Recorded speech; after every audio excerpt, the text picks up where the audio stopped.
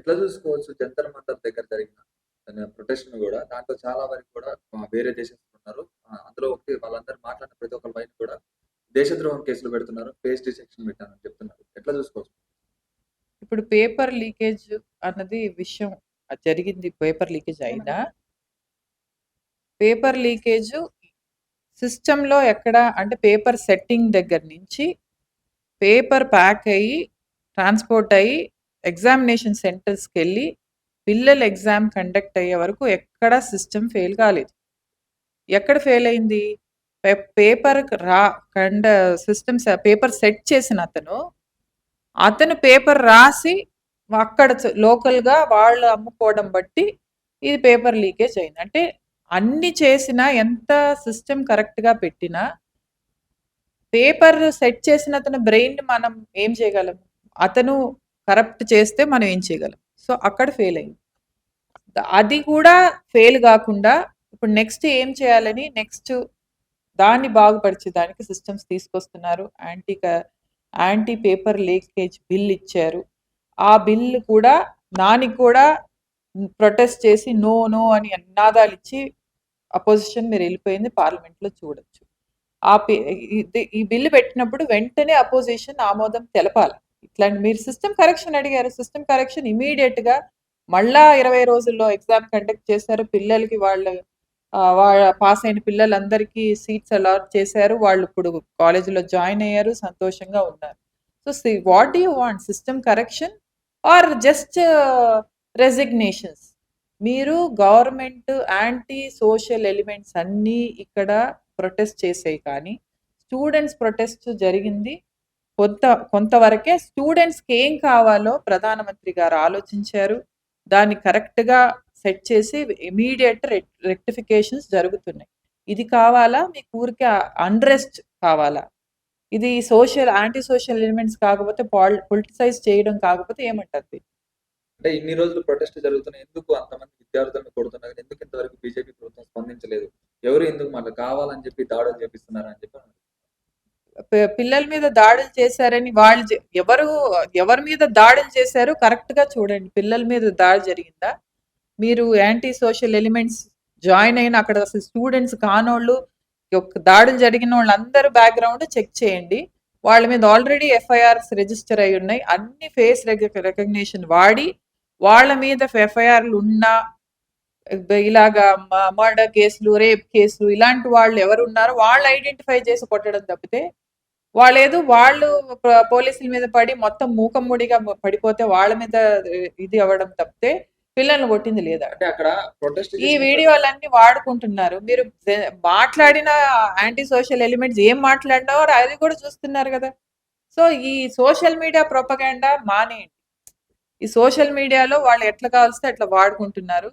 Real గా అక్కడ జరిగింది ఏంటో గ్రౌండ్ లో అది పిల్లలు కూడా చూడండి, పిల్లలు కూడా ఆలోచించండి ఏం జరుగుతుందో. Gen Z is not, they are very matured enough, they understand what's happening. People are using them for politics. They are politicizing the whole scenario. మీకు కావాల్సింది ఏంటి? అది వెంటనే మీరు అడిగిన resignation is not the ultimate, దానికి సొల్యూషన్ కాదు. బట్ స్టిల్ పిల్లలు అడిగారు, దానికి మర్యాద ఇచ్చారు. దాని గురించి కూడా ఆలోచించి వెంటనే ధర్మేంద్ర ప్రధాన్ గారు కూడా రెసిగ్నేషన్ ఇవ్వడం జరిగింది. అక్కడ ప్రొటెస్ట్ చేసిన ప్రతి ఒక్కరిని ఫేస్ రికగ్నిషన్ పెట్టుకొని అక్కడ వాళ్ళకి ఎవరికి ఉద్యోగాలు రాకుండా, గవర్నమెంట్ ఉద్యోగాలు రాకుండా వాళ్ళందరినీ కూడా కావాలని ఇంట్లో నుంచి ఉన్న వాళ్ళందరినీ కూడా తీసుకొచ్చి అరెస్ట్ చేసి కొడుతున్న పరిస్థితి. అరెస్ట్ చేసింది ఎవరిని? పిల్లలు కాదు వాళ్ళంతా గూండా మాఫియా వాళ్ళందరూ కలిసి వాళ్ళు వచ్చిన వాళ్ళందరినీ పట్టుకొని అరెస్ట్ చేస్తున్నారు. పిల్లల్ని ఎక్కడ అరెస్ట్ చేయట్లేదు. వాళ్ళకి ఇచ్చిన మాట మీదనే పిల్లలు ఎవరిని టచ్ చేయట్లేదు. Only anti social elements who have criminal records behind them, they are holding them. Because అది మళ్ళా ఇది ఇలా యాంటీ సోషల్ ఎలిమెంట్స్ మళ్ళీ రాకూడదు, ఇలా చేయకూడదని they trying to arrest this problem. అంటే నాట్ ఓన్లీ ధర్మేంద్ర ప్రధాన్, ఖచ్చితంగా మోడీ కూడా గద్దదించే వరకు కూడా మా పోరాటం ఆగదని చెప్పేసి ఎవరంటున్నారు? కాంగ్రెస్ పార్టీ వాళ్ళు అంటున్నారు, కాంగ్రెస్ అంటే ఇది కాక్రోచ్ పార్టీ మాట అంటే why is cockroach party come into this only to prime minister దించేయడానికి? మీరు ఏమిటి ఎలక్షన్ పరంగా ఎదుర్కోలేక ప్రజల్లో మోడీ గారి అభిమానం ఎదుర్కోలేక ఈ పార్టీని సృష్టించి అన్రెస్ట్ తీసుకొచ్చి ఇది వాడుకుంటున్నారంతే. స్టూడెంట్స్ని వాడుకోవడం, సమాజంలో ఇలా అల్లకల్లోలాన్ని తీసుకొచ్చి దేశాన్ని బ్లాక్ ఇది ఇంట్లో తీసుకురావడం తప్పితే there is no motive other than this. ప్రధానమంత్రి గారిని రెసిగ్నేషన్ అడిగేదానికి ఏముంది ఇందులో? When you have there so many times leakages happened, but definitely this had to be. ఈ ప్రొటెస్ట్ రావడం మంచిదే జరిగింది, నిజంగా పిల్లలు ప్రొటెస్ట్ అయ్యి ఉంటే. దానివల్ల సిస్టమ్స్ కరెక్షన్ అవ్వడం మాకు సంతోషమే. అయినాయి, స్ట్రిక్ట్ స్ట్రింజెంట్ లాస్ తీసుకొచ్చారు. డెఫినెట్ గా ఇది ఇక్కడికి అరెస్ట్ అవి క్రిప్టెడ్ పేపర్స్, డిజిటలైజ్డ్ పేపర్స్ తీసుకొస్తున్నారు. They are making better systems in to it. అంటే బీజేపీ ఏమన్నా రిజర్వేషన్ తీసేయాలని చెప్పి ఆలోచన ఏమన్నా? అంటే ఆర్హెచ్ఏ అని చెప్పి రిజర్వేషన్ హటావో ఆందోళన అని చెప్పి ఇన్స్టాగ్రామ్ లో కూడా ఒక పేజ్ అయితే వచ్చింది. దాంట్లో దాదాపు అదే దిస్ ఇస్ ఆల్ పాలిటిక్స్ లో వాడుకోవడానికి ఇలాంటివన్నీ తీసుకొస్తుంటారు. ఈ అన్రెస్ట్ తీసుకురావడానికి ఇంకో 40 పేజీలు పుడతాయి. ఈ కాక్రోచ్ జనతా పార్టీ లాగా ఇలాగ ఎవరు కాల్స్తే వాళ్ళు. సో అది they were people asking me that why did it take so long. 20 రోజులు 21 రోజులు అక్కడ ఆందోళన జరుగుతుంటే ఆందోళన జరగలేదు, అది ప్రొటెస్ట్ జరుగుతూ ఉండేది. ప్రొటెస్ట్ కూడా ఎవరు చేశారు? వాళ్ళు బ్యాక్గ్రౌండ్ చెక్ చేయండి, ఆప్తో రిలేటెడ్ అయిన వాళ్ళు చేశారు. So this is more than you know పిల్లల ప్రొటెస్ట్ కన్నా పిల్లల్ని వాడుకొని పొలిటికల్ ప్రొటెస్ట్ అవుతుంది. సో ప్రతి ఒక్కళ్ళని కూర్చోబెట్టి మాట్లాడుతూ ఉంటే బీజేపీకి ఎవరు వ్యతిరేకంగా మాట్లాడినా వేరే వాళ్ళు, ఆ పార్టీ వాళ్ళు లేకపోతే పాకిస్తానీ వాళ్ళు అని చెప్పి అంటున్నారు. ఇది బీజేపీ కాదు, గవర్నమెంట్ కి వ్యతిరేకంగా మాట్లాడిన వాళ్ళు.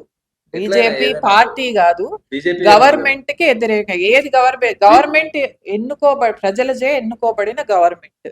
ఆ గవర్నమెంట్ కి వ్యతిరేకంగా ఎవరు యాంటీ సోషల్ గా వర్క్ చేస్తున్నా దానికి ఇంపార్టెన్స్ ఇవ్వరు.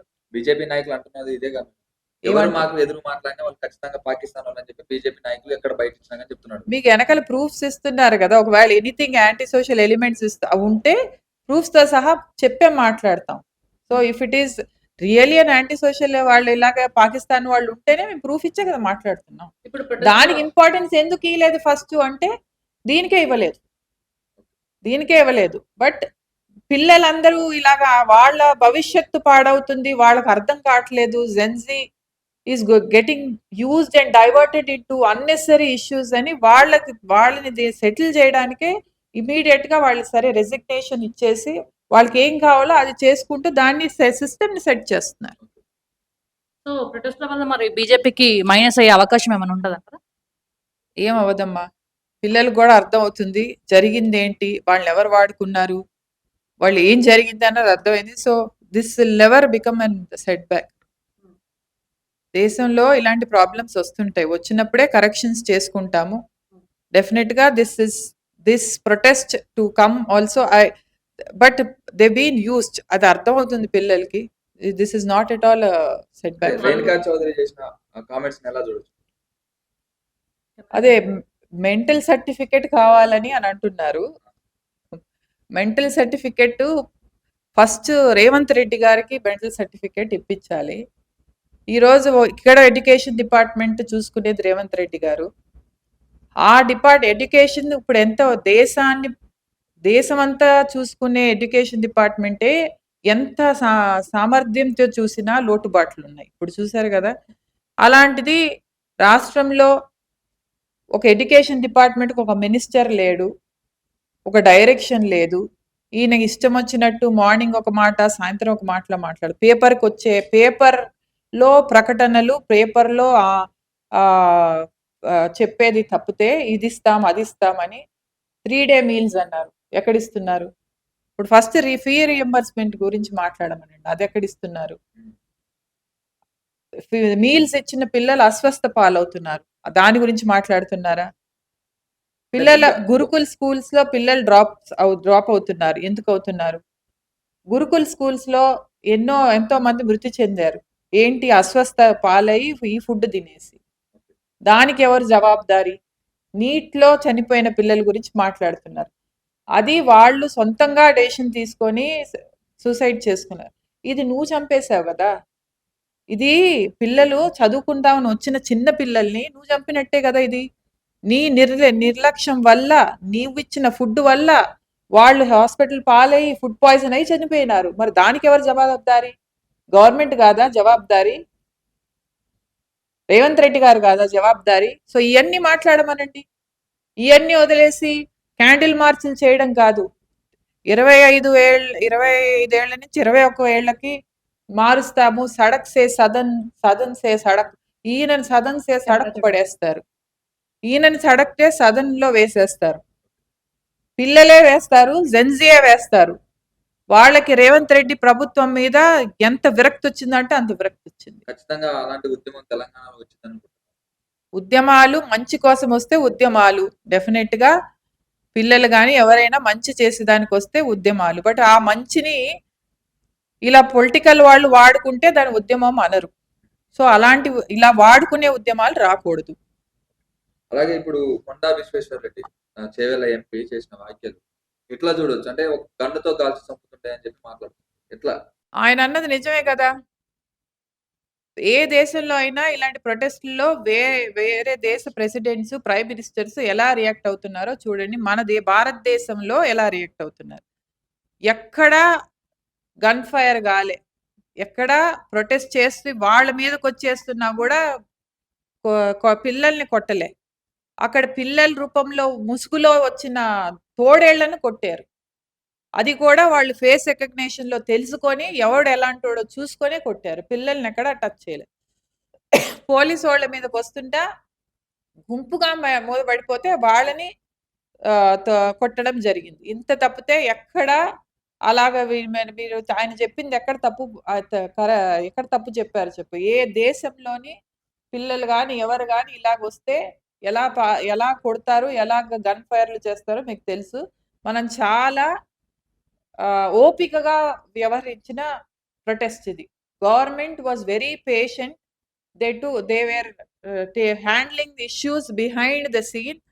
They came in front and they had discussion only after the unrest happened, because they were politicizing the issue and the kids, I mean the Gen Z is being used for all this politics. అంటే రిజర్వేషన్లు ఒకవేళ reservation తీసేయాల్సి వస్తే ప్రభుత్వం ఆమోదిస్తుందా?